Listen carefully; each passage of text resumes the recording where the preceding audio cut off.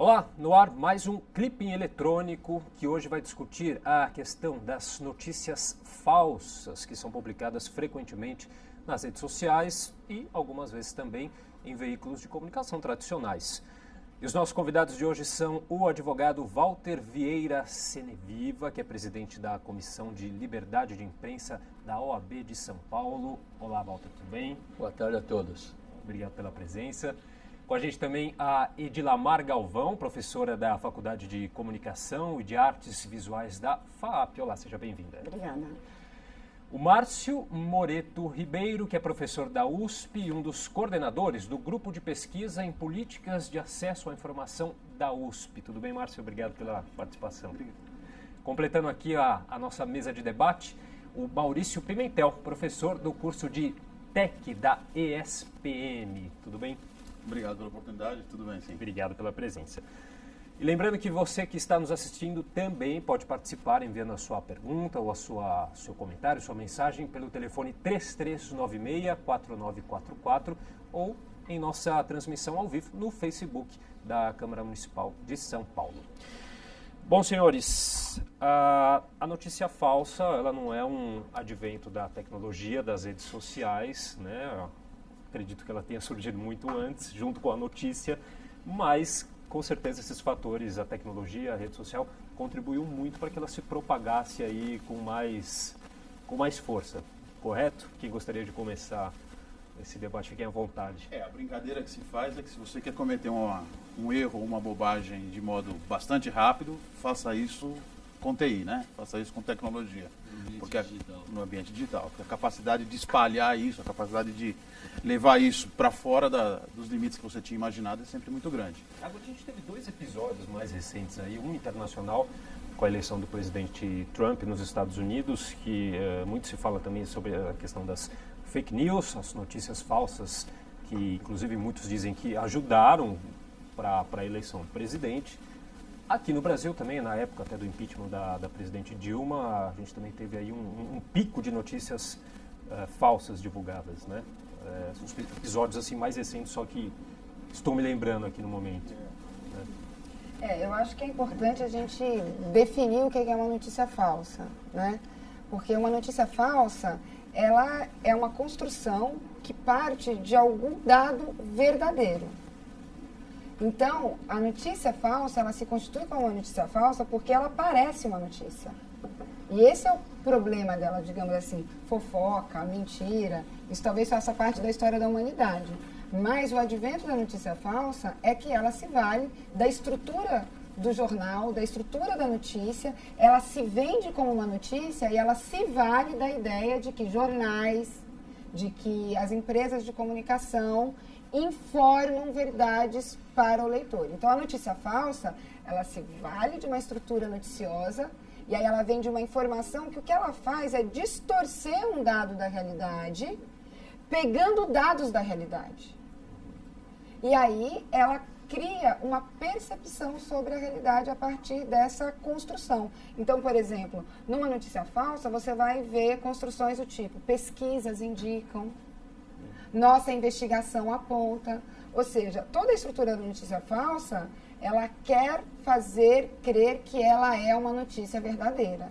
E ela se vale da linguagem tradicional do jornalismo para fazer isso. Então, ela manipula a realidade e o próprio noticiário para poder construir uma percepção de que ali está se dizendo uma verdade. A gente fez uma pequena pesquisa em algumas que eram notoriamente falsas, que a gente descobriu com falsas. E aí, o que você falou é muito importante. Primeiro que o contexto dá credibilidade para aquela notícia. Não a total credibilidade, mas dá uma aparente credibilidade à medida que aquele assunto está em pauta, ou ele impacta fortemente a vida das pessoas, ou ele tem um nível de curiosidade tal que leva as pessoas a lerem. E aí a gente pegou algumas notícias, alguns cases lá, eu não vou lembrar os nomes agora, mas a gente pesquisou os institutos de pesquisa citados. Simplesmente não existiam. Então, o instituto, não sei das quantas, o nome composto por uma sigla, e quando você vai ver, aquele instituto simplesmente não existe. Sem contar que também esses sites às vezes se valem eles se autonomeiam a partir de uma semelhança com algum noticiário. Você tem um site chamado, por exemplo, Folha Política, que ele se faz crer ser pertencente ao jornal Folha de São Paulo, por exemplo, e não é. Às vezes a pessoa bate o olho ali. Exatamente. Então, quer dizer, também eles se autonomeiam de uma maneira que eles já produzem um engano de abordagem ali desde o início. Verdades ocultas, sabe assim? Então, a nomeação do próprio site faz crer que se trata de uma instituição de produção de informação ou de conhecimento. Então, ela engana o seu leitor desde a nomeação do lugar de produção daquela notícia até o modo como ela constrói a notícia, se valendo de algum dado da realidade, algum assunto que está em andamento, para criar uma percepção da realidade que é completamente equivocada. E sempre tem leva a ter esse peso emocional, né? A notícia que vai... Que comove, que vai comover. Que choca, que assusta. O medo é sempre uma coisa que mobiliza o interesse da pessoa por buscar a notícia, portanto, uma notícia que tem um apelo assustador, de uma coisa que causa comoção ou grande preocupação, fisga a atenção. E eu imagino o desafio que é para o eleitor que está assistindo aqui a TV Câmara, que vai ter que votar em 2018 para eleger um presidente e que tem um trabalho gigantesco para separar o joio do trigo, o que é verdadeiro do que é falso. E a história do homem, desde que o homem é homem, é uma história cercada de mentiras propriamente ditas, ou seja, uma informação distorcida de propósito ou mesmo de ignorâncias. Eu sou muito impressionado com o caso da revolta da vacina. Há 100 anos atrás, a cidade do Rio de Janeiro viveu uma enorme convulsão porque as pessoas foram obrigadas a tomar vacina para não ter varíola. Ou seja, era uma coisa muito boa, que fazia bem para todo mundo, e o povo se revoltou contra aquilo porque dizia que a vacina faria mal e quebrou a cidade inteira. É um exemplo brasileiro, grande, escandaloso. A gente teve recentemente o exemplo até da vacinação da gripe, né? Verdade. Então, a vacina faz bem, faz mal, tem efeito colateral, filas para tomar vacina contra a H1N1, era o caso ou não era? O desafio está na mão do telespectador, na mão do eleitor. Porque hoje os grandes veículos já não dão conta de mediar o volume gigantesco de verdades e mentiras que trafegam. Então, toca a cada um, segundo eu entendo, toca ao eleitor, ao pai de família, ao estudante, buscar a informação, cruzar a informação, checar a veracidade, ter uma atitude que não é propriamente de suspeita de tudo, mas uma atitude de um ceticismo crítico. Tudo merece uma segunda checagem, tudo merece uma segunda conferência, o que eu considero, no fim das contas, muito interessante. Nós todos aqui somos profissionais da comunicação, nós gostamos de buscar a comunicação. Hoje, mesmo quem não gosta, vai ter mais trabalho para se informar. Tem essa questão de replicar, das pessoas replicarem essas notícias, que eu, estudando aqui a nossa pauta, ao ler isso aqui, eu falei, bom, o jornalista, por princípio, claro, tem total responsabilidade desse compromisso com a notícia verdadeira. O próprio jornalista não checa, né? Que também acontece. Mas aí me surgiu, eu pensei, bom, mas a pessoa que está lendo, ela tem esse compromisso também de ter essa preocupação? A princípio eu pensei que não. Depois eu pensei, bom, mas tem essa responsabilidade social também, né? O que vocês acham a respeito? Eu acho que a gente precisa separar algumas coisas, né? Primeiro separar o que é uma opinião, o que é uma piada, o que é uma brincadeira e o que é uma notícia.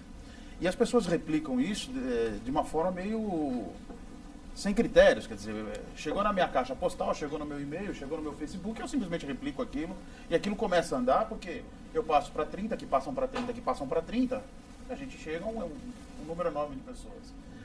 Agora, a palavra do momento é curadoria. Quer dizer, a gente precisa ter um espírito curador. Não precisa ser curador de informação profissional. Quer dizer, a gente não precisa ter esse... Hoje existe toda a questão do fact-checking, quer dizer, toda a checagem, que é uma segunda, uma terceira camada de verificação que os meios de comunicação fazem. No entanto, como cidadão, a gente precisa ter um certo cuidado com aquilo que você... Pelo menos, estou passando uma coisa que eu achei engraçada, então diga, só achei engraçada. Não trata aquilo como verdade. Então, esse espírito de curadoria, a gente precisa se acostumar com ele. Mas eu tenho um pequeno ponto, assim, não sei se é discordância exatamente em relação ao que vocês colocaram. Eu acho que, do ponto de vista humano, para qualquer pessoa, é bom que a gente tenha um espírito crítico em relação a tudo. E no ideal dos mundos, não existiria notícia falsa, porque todo mundo teria esse sentimento de ceticismo ou duvidaria de tudo e não cairia nunca nisso. Mas uma vez me fizeram essa mesma pergunta, né? Assim, até onde vai a responsabilidade do que a gente chamaria de o cidadão comum, da pessoa comum? Veja, num país em que a educação ainda é um enorme problema, em que uma pesquisa de educação indica que 1 em cada 8 brasileiros, se eu não me engano, agora não sei se o dado é preciso, mas é um dado bastante estarrecedor, da porcentagem das pessoas que é muito baixa, uma leitura proficiente. Você vai exigir dessas pessoas que elas tenham as ferramentas para discernir entre o que é falso ou verdadeiro, elas não conseguem ler uma notícia simples e interpretar.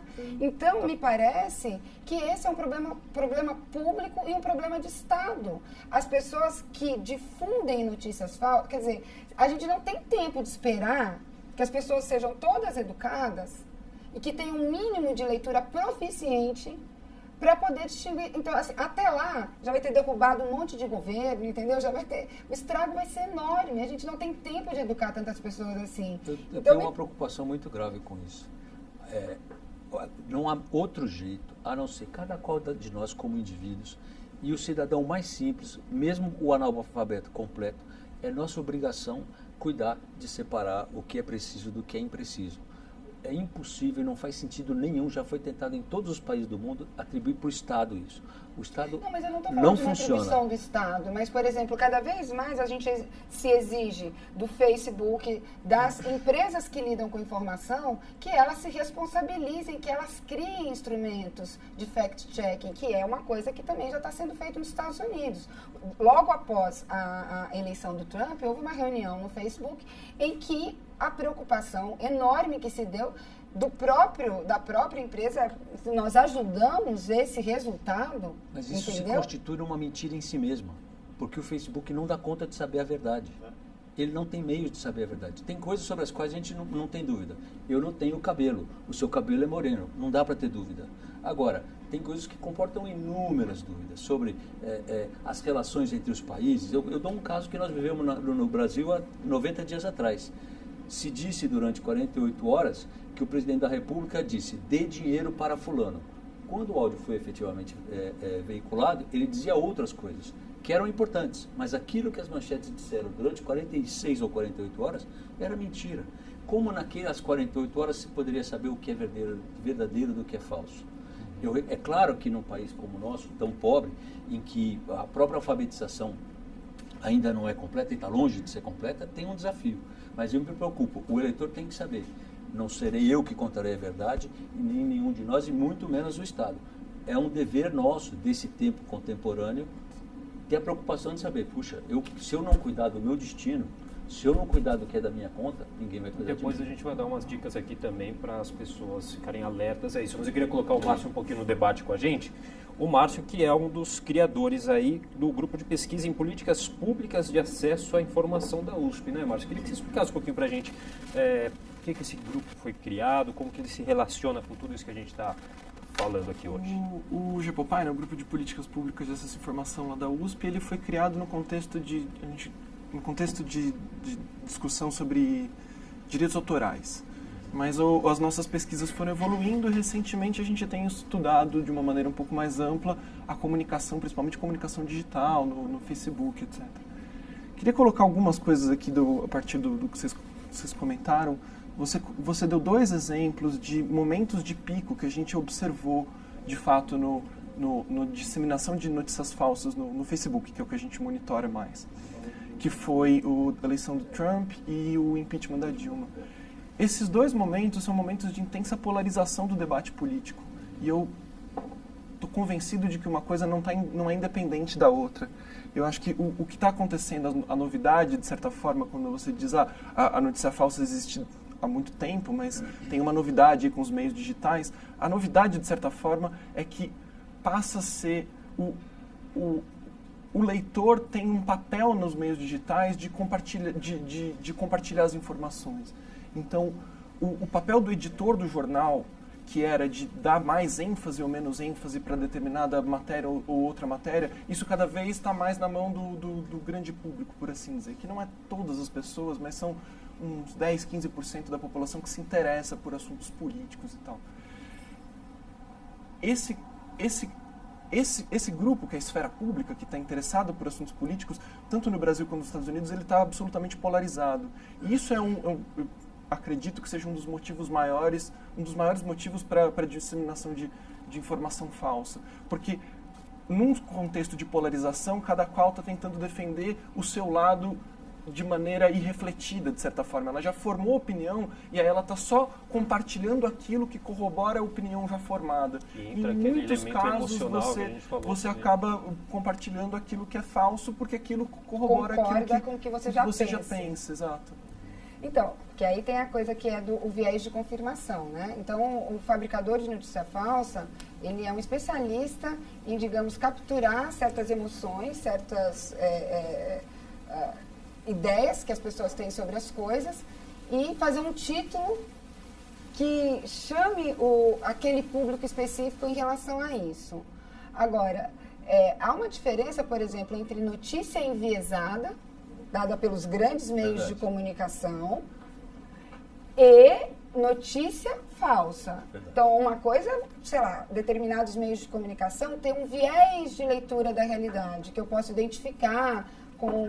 Mas essas empresas de comunicação, elas não estão interessadas em produzir ou fabricar notícias falsas. Elas têm um viés de leitura de realidade que combina, digamos, com o conjunto de leitores que se identifica com aquela publicação. Não tem a ver com sensacionalismo. Não. Algumas empresas, sim. Mas eu não quero citar os nomes para poder, sabe, identificar tal revista com tal leitor e tal. Mas existem empresas tradicionais de comunicação que têm determinados leitores que se identificam mais com uma linha mais conservadora, ou mais de esquerda, ou mais de direita, ou mais de centro, etc. E aí você pode, por exemplo, não gostando daquele viés, criticar aquela revista e tal.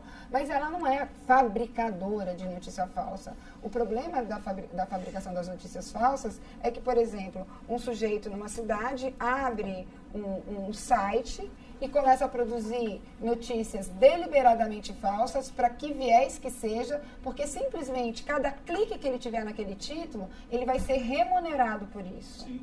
Então, algumas das estratégias que estão sendo discutidas com o Facebook, com o Google, por exemplo, e o próprio Facebook e o Google estão criando tarjas pretas, por exemplo, já fazem classificação. Fazendo classificação das notícias, ajudando o seu leitor a identificar, por exemplo, origens, lugares de origem no meio digital, porque eles já começam a desenvolver equipes de apuração para identificar esses lugares de origem.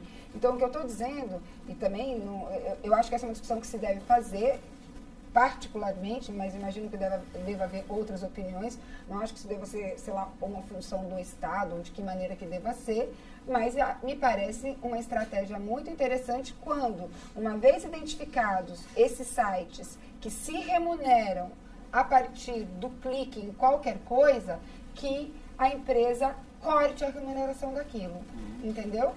Porque aí a notícia falsa existe porque dá lucro.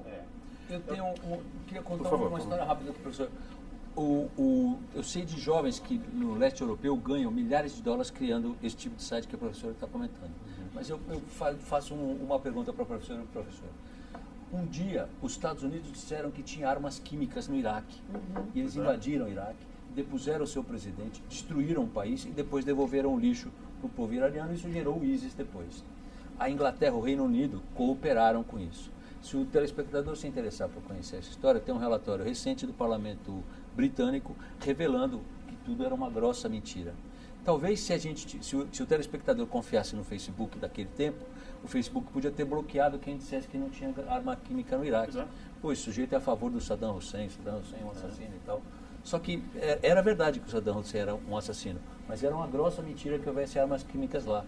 Tem um desafio, e por isso que eu defendo que só a gente, enquanto telespectador, a cada instante, a todo dia, a vida toda, pode, no fim das contas, formar os juízos definitivos.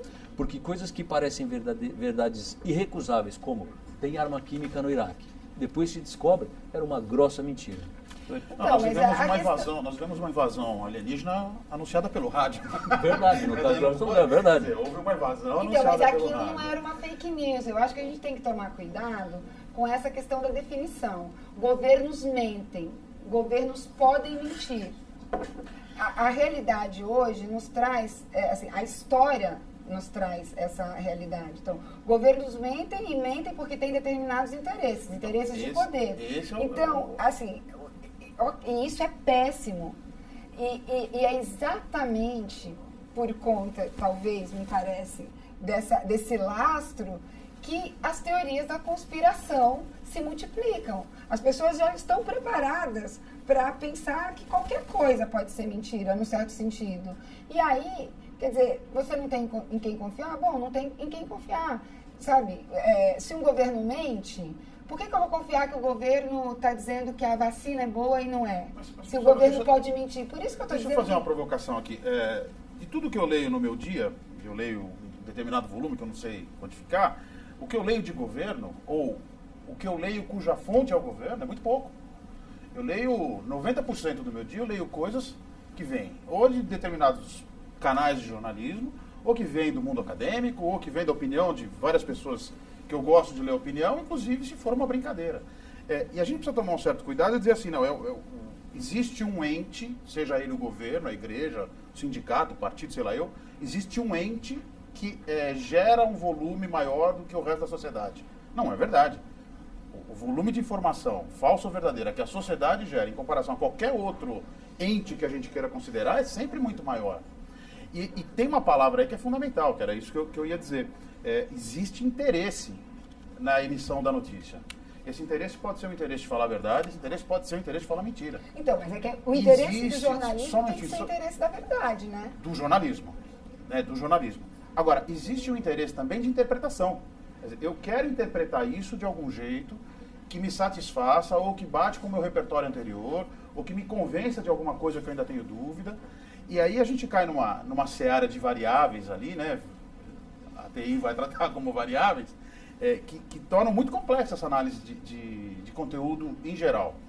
O que eu acho importante, a gente tem que ter senso crítico, isso é o que eu diria para os meus filhos. E olha, o que você está lendo na internet, leia com cuidado. O que você está lendo nos jornais, leia com cuidado. Mas a gente não pode matar a capacidade de interpretar e a capacidade de repassar a informação. Deixa eu só relembrar aqui o telefone para as pessoas participarem, mandarem perguntas, comentários, 33964944, ou também pela nossa transmissão ao vivo pelo Facebook aqui da Câmara Municipal. Queria fazer uma pergunta aqui diretamente para o Márcio. Um ponto até que a Edilamar levantou aqui, sobre esse comportamento de consumo. Quer dizer, esse volume de notícias acaba afetando muito nesse comportamento do consumo da notícia, né? Sim. Tô tentando fazer um sentido aqui da conversa. Se eu estou entendendo o que a Edilamar está tentando explicar, e me corrija se estiver errado, é que existe o papel do consumidor das notícias hoje em dia na replicação, e existe a produção de matérias falsas. O que eu estou entendendo é que, de certa forma, parece mais fácil para a gente regular a produção, porque é um grupo menor, é um grupo pago, mal profissional, mas pago, certo? E eu acho que isso eu acho que talvez parece que é mais simples a gente regulamentar uma parte do que a outra. Eu concordo com as ponderações do Walter e do Mauro de dizer que existe toda uma zona cinza do que é uma notícia falsa e o que não é. Mas é claro, tem extremos. Quer dizer, por exemplo, teve um caso que aconteceu com a gente, especificamente, um desses sites de notícias, um desses pequenos sites de notícias, divulgou uma matéria dizendo que o meu grupo, nosso grupo do Gepopai, teria feito um estudo listando os maiores produtores de notícias falsas do Brasil. É um estudo que a gente simplesmente nunca fez. E quer dizer, não é uma questão do...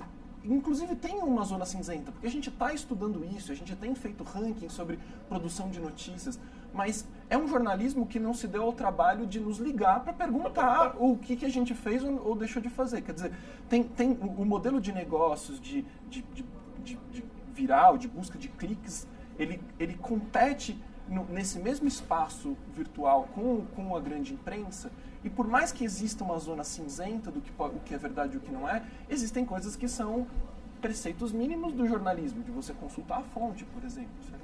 A gente tem até um termo, né, que foi criado para tudo isso, que é o pós-verdade, né? Os fatos alternativos, como diria o Trump. Eu fico preocupado com esse termo pós-verdade. Quem me alertou para o problema foi a presidente da FENAGE, que é a Federação Nacional das Jornalistas. Maria José Braga disse, mas gente, não existe pós-verdade e nem meia-verdade. Isso chama mentira. chamar esse caso de atribuir para o laboratório da USP ter feito um trabalho que ele não fez, não é pós-verdade, é simplesmente falso. E eu me preocupo com esse eufemismo. A notícia mentirosa é mentirosa. E não quero com isso dizer que descobrir a verdade seja simples. Acho que o exemplo da guerra do Iraque é um exemplo mundial, de enorme repercussão, em que todo mundo acreditava numa coisa que no fim das contas era mentira. E esse talvez seja o pior desafio. Quando a gente está naquele período interino em que não dá para saber se é verdade ou se é mentira. Aí é que a especulação pode correr solta e vira a informação verossímil que a professora falou. Foi até, só para eu citar aqui, foi até eleito aqui o pós-verdade, o termo do ano pelo dicionário Oxford, né? Elegeu como o termo do ano. E ainda existe aquele problema do apócrifo, né? Desculpa, Márcio, mas existe aquele problema do apócrifo. Quer dizer, quantos textos a gente já não leu na internet que são do Arnaldo Jabor, do Jô Soares, e que quando você vai... do Veríssimo, né? Acho que é o Veríssimo que disse uma vez, tem um texto circulando aí no meu nome que eu adoraria ter escrito. O problema é que não fui eu. Mas não é meu. Não tenho certeza se foi exatamente ele ou o Jabor, mas vira cômico a questão, né? Dizer, como é que estão usando o meu nome para essa história toda? E aí usar o nome de um departamento ou usar o nome de uma agência de pesquisa que não existe, dá credibilidade para essa informação. Eu tive a sensação que eu fugi um pouco da sua pergunta, queria só completar sua pergunta. Você falou do volume da informação, saiu recente um artigo na Nature que fala um pouco disso, que eu achei interessante. É um modelo matemático, mas essencialmente o que ele está tentando dizer é que conforme a entrada numa rede social, se você tem muita informação entrando, mesmo que as pessoas tenham senso crítico, mesmo que elas estejam concordando com aquilo que é mais importante ser lido ou não ser, elas têm pouca agência sobre o que vai circular nessa rede. Isso é um dado interessante, é um estudo interessante, precisa os detalhes dele olhar com mais calma, mais cuidado, mas tem coisas estruturais da rede que tem a ver com a própria dinâmica da rede. Esse era um estudo que dizia isso. Assim, se tem muita informação entrando, a gente tem pouco controle sobre o que está circulando. Era mais ou menos que é o que acontece muito no Facebook. Tem muita informação sendo produzida, a gente não dá conta simplesmente de processar isso. Né? Posso pegar um gancho nessa questão? A gente lá na SPM tem feito um trabalho com computação cognitiva, ou seja, utilizar a inteligência artificial para analisar algumas coisas. Um trabalho muito incipiente ainda, muito inicial. Mas nesse caminho todo a gente acabou fazendo um evento ali junto com a agência Lupa, que é uma agência de fact-checking. E aí surgiu uma questão que eu acho fundamental. Seria possível e positivo que nós pegássemos uma ferramenta de inteligência artificial, Watson, Siri, sei lá eu quem, e trouxesse essa ferramenta para fazer análise de conteúdo, de modo que ela nos dissesse no final do dia o que é verdade e o que é mentira. E aí eu separo essa pergunta em alguns pedaços. O primeiro pedaço, é possível? Eu acho que com certa garantia, não com 100% de garantia, é possível. Então a gente teria uma ferramenta de inteligência artificial que fosse capaz de analisar esse negócio, analisar num contexto maior, ler artigos anteriores sobre o mesmo assunto e dizer, isso aqui é verdadeiro ou não é verdadeiro. A segunda questão é, isso seria positivo enquanto construção de conhecimento, enquanto construção de senso crítico? Isso seria positivo sobre a ótica da liberdade de comunicação, de imprensa? Seria o assassinato da liberdade de pensar e de se expressar. Seria alguma coisa escatológica, uma coisa horripilante. Pois é. E aí vem uma questão ética, quer dizer, nós estamos autorizando e cobrando de uma máquina que ela nos diga o que eu acho que é verdade ou não. Quer dizer, no fundo, isso cai numa seara ética ali de discussão, em que a gente vai começar a discutir se um algoritmo, se uma ferramenta matemática, ou um modelo matemático, é capaz ou não de chegar no final da notícia e me dizer, olha, acredite nisso ou não acredite nisso. Eu tenho a impressão que a gente cai aqui num dilema ético e razoavelmente perigoso. E sem nenhuma intenção de defender Facebook, Google, seja lá quem for, eu tenho a impressão que quando a gente cobra isso deles, a gente, na verdade, está tentando atribuir essa decisão a uma ferramenta, a uma máquina. É que eu acho que a gente não está diante de escolhas que são excludentes, ou uma coisa ou a outra coisa. Assim, eu insisto que, por exemplo, olha, digamos, se o Trump mente sobre algo e uma notícia reproduz a declaração que o Trump deu, a notícia sobre o que o Trump falou é verdadeira.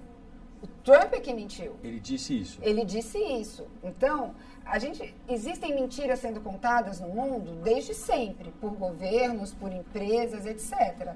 Eu posso noticiar ou dar declarações, ou reproduzir as declarações dadas pelo governo. Então, por exemplo, se na época da guerra do Iraque, a imprensa reproduziu a informação de que os Estados Unidos estavam dizendo que havia armas químicas, a imprensa não estava mentindo, ela estava reproduzindo uma informação oficial, que se descobre depois pela própria imprensa que o governo estava mentindo.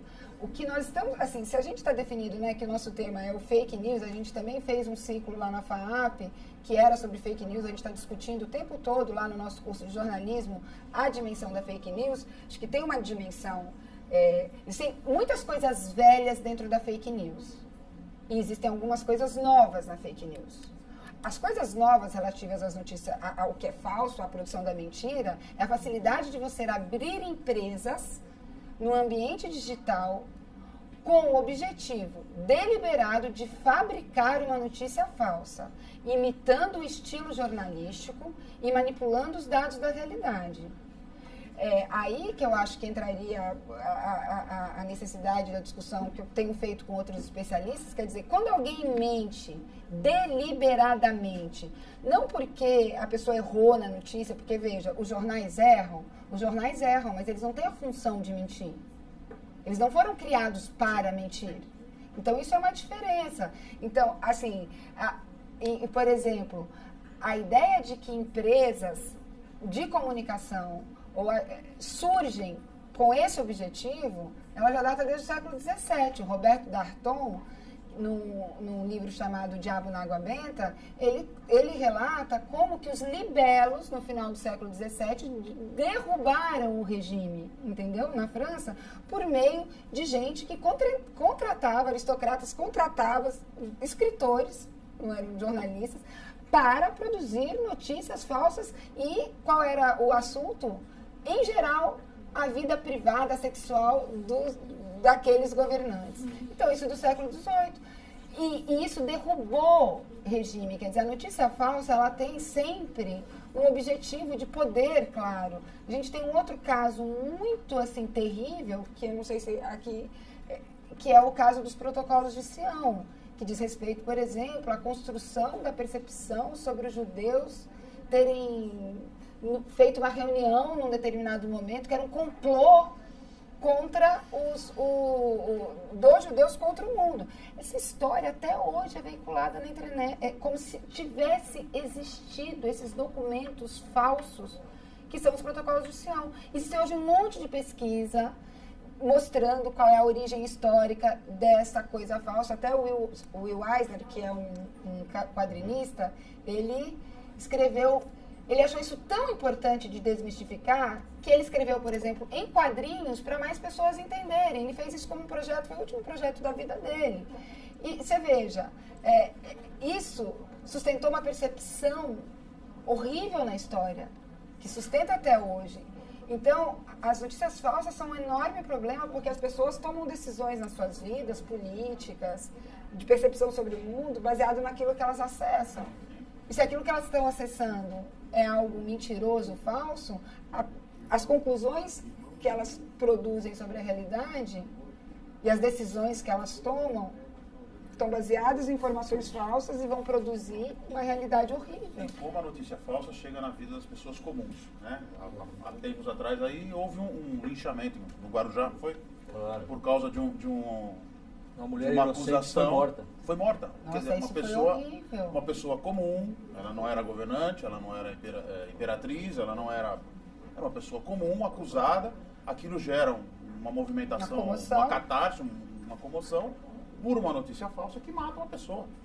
Então, esse impacto é o impacto que a gente precisa analisar. Quer dizer, como é que essa notícia falsa chega de fato no meu café da manhã, como é que isso chega no meu dia de trabalho, como é que isso chega no trânsito. Acho que posso fazer uma pergunta? Claro, fique à vontade. Porque vocês, nesse programa que vocês têm, vocês investigam esse tipo de impacto? O que a gente faz lá no monitor o projeto nosso último agora é esse monitor do debate político no meio digital. O que a gente faz, essencialmente, é monitorar que matérias estão circulando no Facebook. Só no Facebook? Principalmente no Facebook. Que estão tendo mais compartilhamentos ou menos compartilhamentos. Em alguns momentos, esses nossos levantamentos, os jornalistas se interessaram por isso e eles fizeram a verificação, o fact-checking, né? A verificação dentre as matérias mais compartilhadas, quais que eram falsas, quais que não eram. A gente nunca fez isso. Um caso que circulou bastante, o jornalista da BBC pegou as 10 matérias mais compartilhadas na semana do impeachment. Não, a gente levantou quais foram as matérias mais compartilhadas na semana do impeachment. E aí ele fez o fact-checking e ele chegou à conclusão de que das 10 matérias mais compartilhadas, 7 eram falsas. Apenas 3 eram factuais. Senhores, o nosso tempo infelizmente está acabando, mas eu queria então, para a gente, uma última questão. Como que as pessoas podem, passa rápido, falei, né? Como que as pessoas podem se precaver, cuidados que elas podem tomar para que... Queria voltar no raciocínio inicial que eu fiz para a professora, e digo isso para a crítica de todos. Eu entendo que só você aí em casa pode cuidar do que vai na sua cabeça e das decisões que você vai tomar. Nem a minha, nem a dos professores, nem a da Câmara Municipal, nem a do Presidente da República. A sua informação, o seu trabalho de se informar é o que vai resolver. Hoje, as pessoas que, como nós, têm nível superior, ou a pessoa mais simples, o sujeito que tem dificuldade para ler, recebe a informação pelo WhatsApp, pela internet, pela televisão, a gente fica falando internet e WhatsApp, é uma mentira. Essa é uma das mentiras. O meio de informação da população brasileira hoje é televisão, disparado em primeiro lugar, rádio, segundo lugar. Então, usa as informações e não confie em ninguém que diga, não, vem comigo, eu te conto a verdade. É mentira.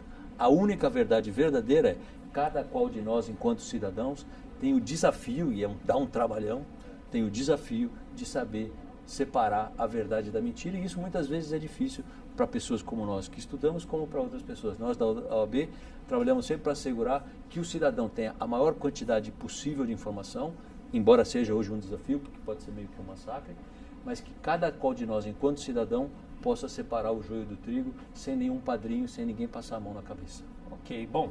Queria que cada um fizesse uma breve consideração final. A gente aproveita já para passar a deixar o contato de cada um. A gente pode começar com você, Márcio, por gentileza. Gosto da forma do Walter pensar, de pensar a responsabilidade do cidadão nesse processo. Eu acho que principalmente não só na recepção, né, de saber discernir o que é verdade, o que não é, ou discernir de maneira crítica, mas no contexto atual, principalmente na disseminação. O cidadão tem um papel muito importante na disseminação hoje. Não só porque ele compartilhando uma notícia, isso vai fazer chegar em mais pessoas, mas cada vez que a gente compartilha uma notícia, a gente está respaldando aquela notícia. Porque os meus amigos confiam em mim. Eles podem não confiar no meio de comunicação, mas eles confiam em mim. E isso vale para todo mundo. Toda vez que você compartilha, você está dizendo, eu acredito nisso e eu acho que isso tem que ser compartilhado. Então, essa responsabilidade, eu acho que eu gosto de frisar isso. Agora, só tentando responder muito brevemente a pergunta do Felipe, um dos caminhos que me agrada de tentar discernir, além do senso crítico, gosto desse caminho das agências de fact-checking, de verificação de fatos. Elas estão começando a surgir no Brasil. Tem Aos Fatos, a Lupa, a agência Lupa, Aos Fatos, boatos.org, a agência pública tem feito esse trabalho de fact-checking. Eu acho que isso é essencial. Gostaria que tivesse mais. Eu acho que as pessoas têm que conhecer e ir atrás disso, que isso acho que é útil. Ok, professora, por gentileza. Bom, eu acho que todo mundo tem responsabilidade, todos os atores têm responsabilidade. E se os cidadãos têm responsabilidade, eu acho que o governo tem responsabilidade, eu acho que os empresários têm responsabilidade, cada um tem a responsabilidade que lhe cabe. Então, por exemplo, ao Estado cabe desenvolver políticas de educação. Aos empresários, assim, eu não quero confundir as coisas, mas você não pode caluniar ninguém. A mentira, ela está prevista nas relações pessoais, interpessoais. Então, se alguém está mentindo deliberadamente e está ganhando dinheiro com isso, essa pessoa tem que ser, de alguma maneira, responsabilizada por isso. Então, sim, acho que é ótimo, como regra de vida, que cada pessoa cuide de si e que tenha uma responsabilidade crítica no mundo. Isso vai ser muito bom para ela e muito bom para a sociedade em geral. Mas acho que isso não deve nos fazer abrir mão de cobrar as responsabilidades que o governo possa ter, que os empresários possam ter, que as entidades possam ter e as faculdades. Todo mundo tem responsabilidade nisso. E eu acho que a gente tem que fazer uma discussão compartilhada e cobrar a responsabilidade que cabe a cada um. Ok, Walter, por gentileza. Concordo plenamente com o que disse a professora. é um desafio do cidadão, não tem dúvida, mas das escolas, de instituições como a Ordem dos Advogados, e 3 sugestões básicas. Uma, participe de grupos das pessoas que falam coisas que você não concorda. Vai olhar o que os outros lados pensam. O ambiente digital gera essa pequena aldeiazinha de todo mundo que pensa igual a você provavelmente vai encontrar muita mentira. Olha o que os outros lados estão pensando. Esse é o papel meio do jornalista, né? É isso. Procura uma segunda e uma terceira opinião. Esse cuidado que o professor dizia é fundamental. Não passa a notícia adiante. Você pode passar uma pergunta. Puxa, será que isso é verdade? Mas se você passa a coisa, você transfere a sua credibilidade para a informação seguinte. E a terceira coisa é participemos. Nós estamos na TV Câmara, a TV do Poder Legislativo da nossa cidade, que está se dirigindo para o eleitor, para o telespectador. Isso é fundamental, que no ambiente democrático todo mundo possa falar, como são os legisladores falando aqui, e todo mundo possa vir participar da vida democrática. Às vezes é trabalhoso, mas é crucial. Tá certo. Professor Maurício, por gentileza. Olha, eu acho que a discussão sobre responsabilidade pessoal é fundamental, mas eu também queria olhar isso como uma ótica de oportunidades. Quer dizer, a notícia falsa, o meme do Facebook, do WhatsApp, também gera entre eu e os meus filhos possibilidades de conversa. Entre eu e minha esposa, possibilidade de conversa. Entre eu e minha mãe, possibilidade de conversa. Então, não raro, minha mãe vai ter que falar para mim, Maurício, você acreditou nisso aqui? Esquece. Não é? E eu vou ter que dizer isso para ela. Mãe, não, a senhora acreditou nisso de novo, mãe. Não pode. Entendeu? Então, também são criadas oportunidades de conversa desse relacionamento muito um a um. Não estou falando em comunicação de massa, estou falando de falar com os meus filhos, com a minha esposa, com a minha sogra, com a minha mãe, e esclarecer coisas que eu sei, assim como deixá-los esclarecer coisas que eles sabem. E isso gera uma oportunidade de resolver um problema que tem sido grave, da conversa entre as pessoas, porque a gente está o tempo todo. Então, que isso também gere oportunidades de conversa esclarecedoras e de formação de opinião crítica. Ok. Bom, queria agradecer então a participação de todos. Obrigado. Acho que foi muito importante a gente falar sobre essa questão. Teria tempo para mais uma hora de programa, mas infelizmente não dá mais. Obrigado também a você que nos acompanhou. O Clipe Eletrônico de hoje vai ficando por aqui. Você fica agora com a sessão plenária. TV Câmara São Paulo, informação para a cidadania.